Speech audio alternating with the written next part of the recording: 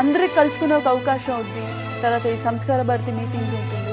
So we'll talk about something which is really useful for the nation. లేకపోతే like giving the scholarship to poor students who can't afford to learn.